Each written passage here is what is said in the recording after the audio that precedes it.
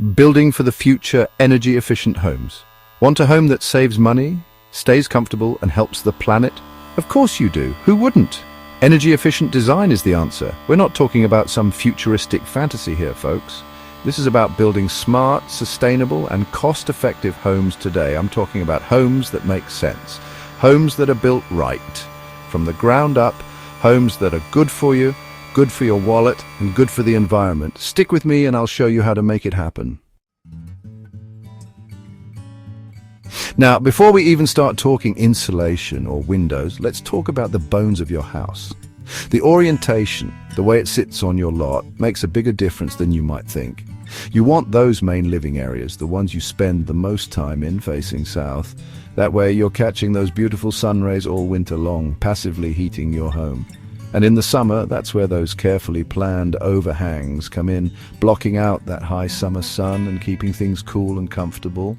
Remember, we're not just building a house, we're building a system, and a well-oriented house works with nature, not against it. Good insulation, my friends, is non-negotiable. Think of it as a warm blanket for your house, keeping that expensive heat in during the winter and that scorching heat out during the summer. And let me tell you, there's a whole lot of options out there. We've got spray foam, cellulose, mineral wool, you name it. Each one has its pros and cons, but they all have one thing in common. They stop those energy dollars from flying out the window or the walls or the roof. Don't skimp on this, folks. A well-insulated home is a happy home and a cheaper one to run in the long run. Chapter 3. We've talked about the walls and roof. Now let's talk about those sneaky little energy bandits, windows and doors. You wouldn't believe how much heat can escape through a drafty old window. That's why we're upgrading to double or triple glazed windows with low E coatings.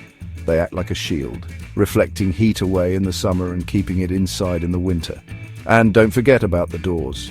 We're talking airtight seals and thermal breaks here, folks. We're closing up those energy leaks and keeping those energy bills down. Chapter 4. Now let's talk about putting that big old sun to work for us. Even more with passive solar design. This isn't about fancy panels on your roof. It's about designing your home to naturally heat and cool itself. We're talking about using materials like concrete or brick, those thermal mass superstars, to absorb and release heat throughout the day. Picture it. The sun warms up those walls during the day, and then at night that stored heat radiates back into your home, keeping things nice and cozy without touching the thermostat. That's smart building, my friends. Chapter 5. We've talked about saving energy, but what about generating your own? That's where renewable energy systems come in. Solar panels, wind turbines, geothermal.